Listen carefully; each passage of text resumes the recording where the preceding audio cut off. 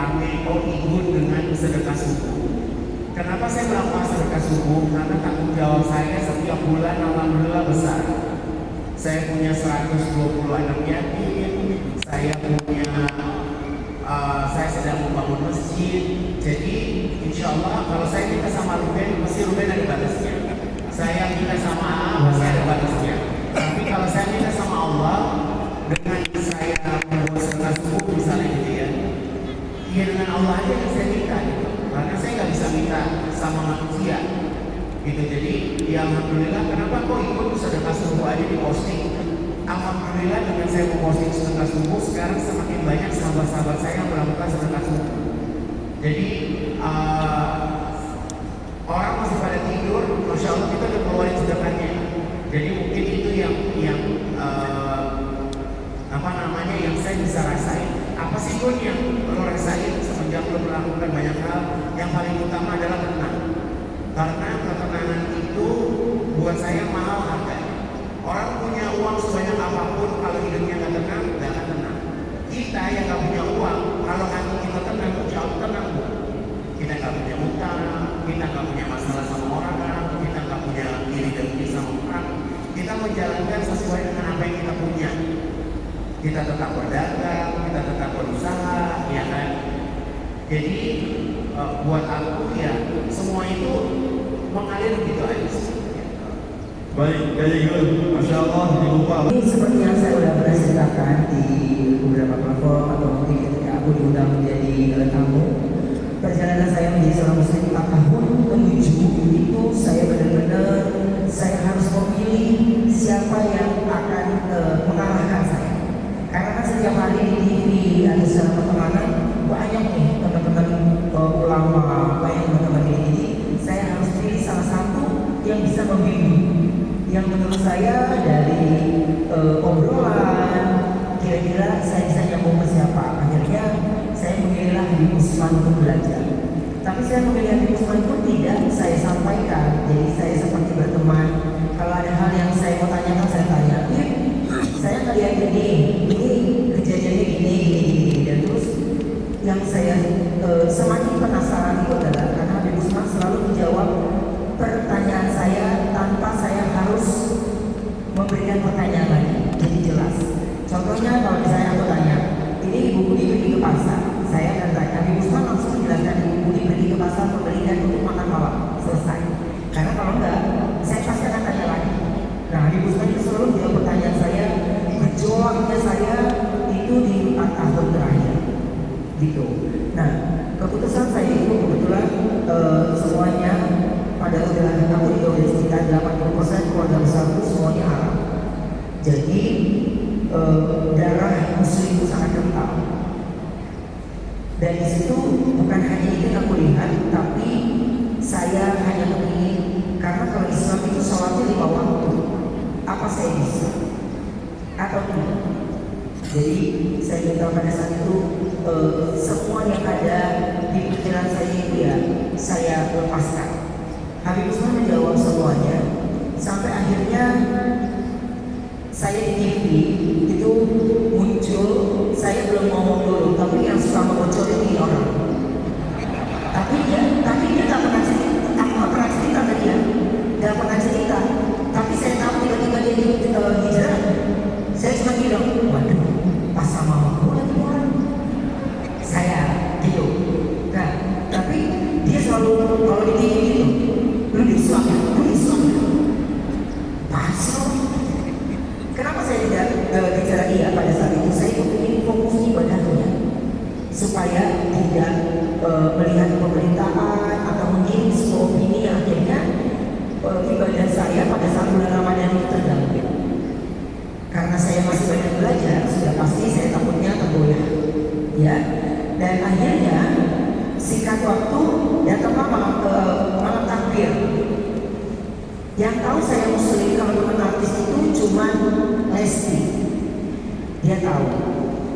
Kalau kata teman itu ya karena suami yang suami istri.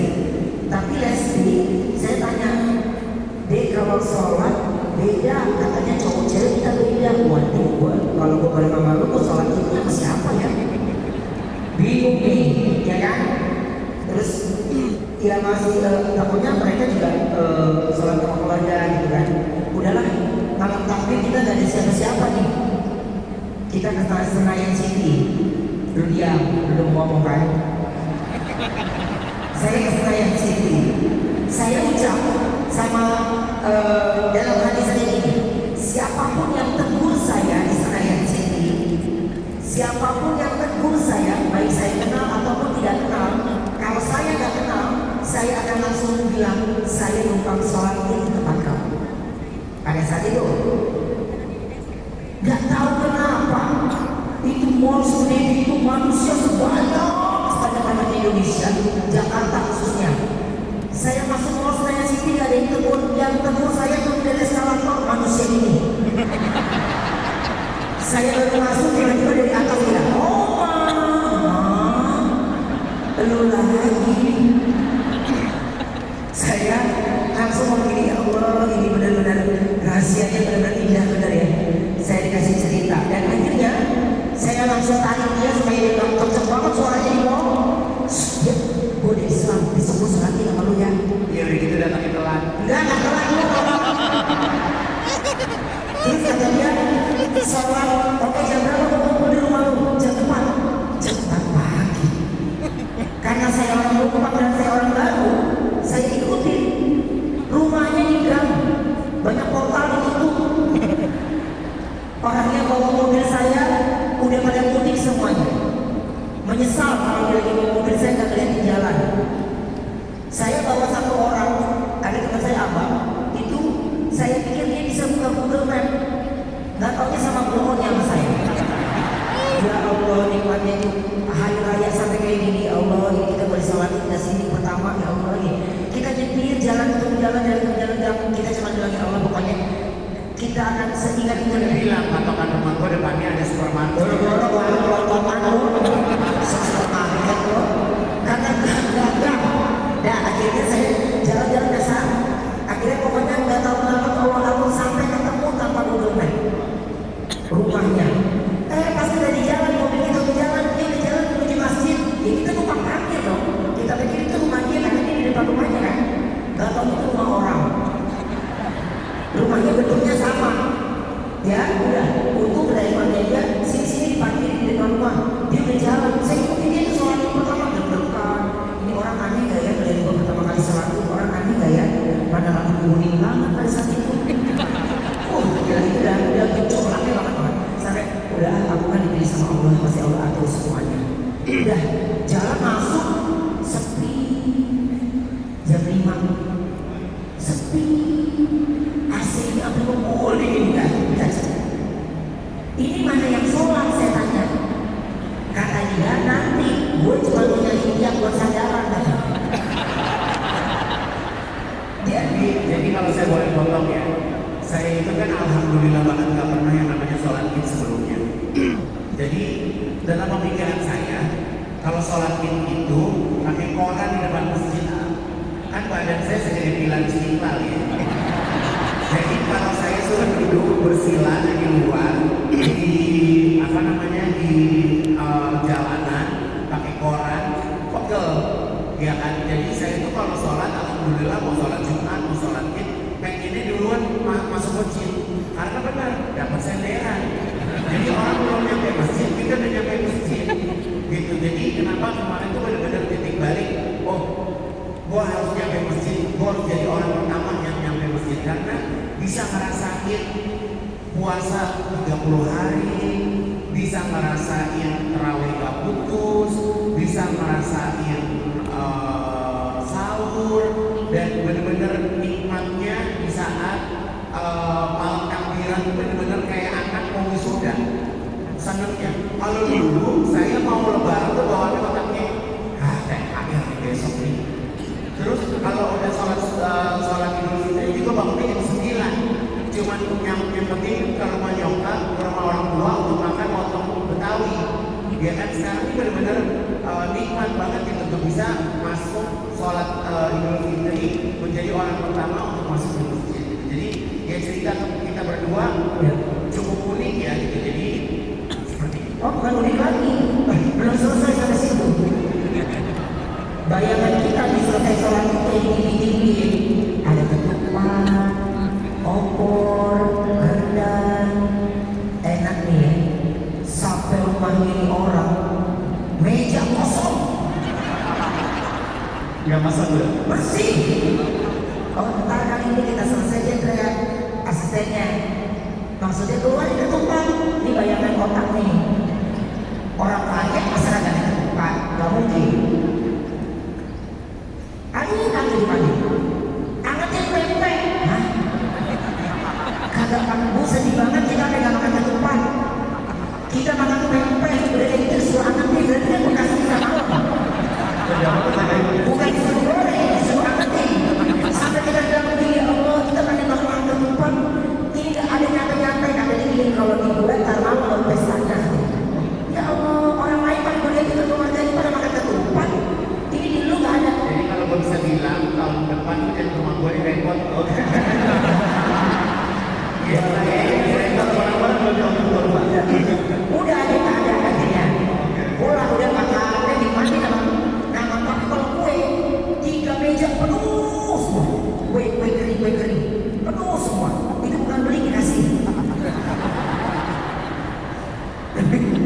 Saya dinikmatin makan kue kering sampai dibilang terus kalian postingan orang pada makan ketupat ya Allah kalian ngida dibilang ketupat. Gak ada banget nih lebaran pertama kali ketupat udah kita enjoy jalanin dan pada saat itu benar-benar kalau aku tanya kalau aku pada saat aku perjalanan muslim akhirnya aku baru bercerita sepenuhnya sama beliau karena ketika saya bilang Bib saya sudah siap untuk Islam.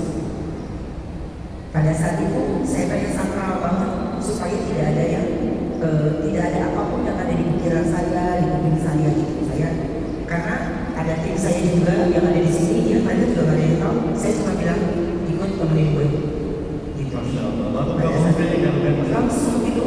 Udah dari situ saya cuma bilang sama Habib Usman, Bib, pada saat saya disuruh sama Habib Usman diajarin, saya bilang sama Habib, Bib, saya belum bisa sholat, apa saya bisa masuk Islam? Kata dia, Allah yang atur semua, percaya, pasti bisa. Katanya, nah, pada saat itu saya bilang sama Habib Usman, siap beliau bimbing saya berwudu sampai saya masuk Islam. Sampai saya syahadat. Bahkan yang saya bingung beliau yang menangis. Saya belum menangis pada saat itu karena saya sudah bilang satu kata yang simpel banget tapi kayaknya susah untuk kita jalani. Saya cuma bilang pada saat itu, ya Allah, aku ikhlas. Satu kata yang mudah diucapkan tapi susah untuk dijalani, tapi alhamdulillah Allah atur saya untuk bisa menjadi orang yang ikhlas. Saya berjalan semuanya sesuai dengan ucapan saya. Pada saat itu saya bilang, ya Allah, pada saat saya masuk Islam, saya ingin dandanan saya rapi. Gak boleh asal-asalan, saya pengen baju saya rapi. Dan Allah kabulin semuanya. Dan pada saat itu, Habib Islam bilang, kalau Allah udah punya mau, dia akan ada. Benar. Ini salah satu pengalaman spiritual saya. 3 hari saya baru masuk Islam, ya, jadi seorang muslim. Tiba-tiba orang yang mengajarkan saya sholat pulang kampung. Hidup namanya anak bujang, gitu. Kita tinggal sendirian nih. Oh, istrinya kemana? Berisik loh. Anak bujang. Kita, ya Allah, ini siapa yang bimbing sholat? Gak ada orang. Kita ikutin. Ini gimana? Kata Habib Usman, buka YouTube, ikutin yang ada di situ. Nih linknya. Kita sholat subuh, mata ngeliat cahaya itu mantap banget mata. Sampai begini, Bim gak fokus tinggal ini mas sholat ini. Gak fokus deh. Udah, Allah yang tahu, ikutin aja. Beliau arah saya dulu di sholat saya, jangan sampai takut sholat. Sampai pada akhirnya udah gak usah pakai itu. Saya mencoba daya ingat. Ini masya Allahnya benar-benar. Pada saat saya sholat langsung saya tidak mau menggunakan gadget. Saya menggunakan daya ingat saya pada saat diajarin hanya 3 hari. Saya langsung ya Allah, pokoknya apapun itu saya, jika saya tidak bisa saya akan ucapkan bahasa Indonesia. Ya, pada saat itu saya langsung Allahu Akbar. Dari saya pertama sampai yang terakhir, entah bagaimana Allah atur semuanya, ada yang memimpin dari punggung saya sampai saya berdiri, sampai saya sujud itu seperti ada orang yang memimpin. Dan itu sampai bisa, ya Allah benar-benar, terus jangan pernah merasa diri sendiri. Ternyata ya Allah itu melakukan apa itu. Makanya pada saat dari situ saya tidak pernah lagi mau hal-hal yang pribadi itu bercerita. Kalau saya cuma cerita ke Allah, saya ingin to the point. Saya berdoa pada situ, ya Allah saya ingin sempurnakan sholat saya, sehingga saya benar-benar tahu sholat itu bukan hanya kewajiban, tapi memang keperluan buat kita. Ya, bekal kita nanti dan semuanya. Makanya pada saat itu saya bilang sama Habib Usman, ini saya sholat, tiba-tiba saya merasakan ada sentuhan di badan saya yang membimbing saya sholat. Jadi dari situ jawaban Habib Usman cuma dari awal ini masuk Islam, jawaban dia adalah ingin disempurnakan sholatnya. Jadi Allah semuanya udah atur, padahal kita udah ngarahin lewat YouTube, jadi nggak mau ini, Allah udah atur karena Allah yang membimbing langsung. Pada saat itu langsung saya apapun berdoa, sholat, meminta, berdoa, sholat, meminta, bahkan nggak usah pakai malu, karena ketika saya bilang A pasti Allah jawab, B pasti Allah jawab, walaupun Allah jawab dengan cara yang berbeda-beda. Tapi dari perjalanan saya menjadi Islam sekarang ini, saya cuma bilang berprasangka baik sama Allah. Ya, karena kalau kita berprasangka baik, Allah mudahkan semua. Tapi kalau kita ragukan terus bagaimana Allah bekerja buat hidup kita, bagaimana Allah bekerja buat perjalanan saya, ini yang masih terus belajar, masih punya banyak kekurangan, ini semuanya Allah atur sampai benar-benar saya berada di sini. Ini kali pertama saya masuk ke Masjid Istiqlal. Jadi Allah udah atur semuanya dan luar biasa. Itu mungkin singkat perjalanan saya menjadi seorang muslim. Baik, masya Allah, luar biasa.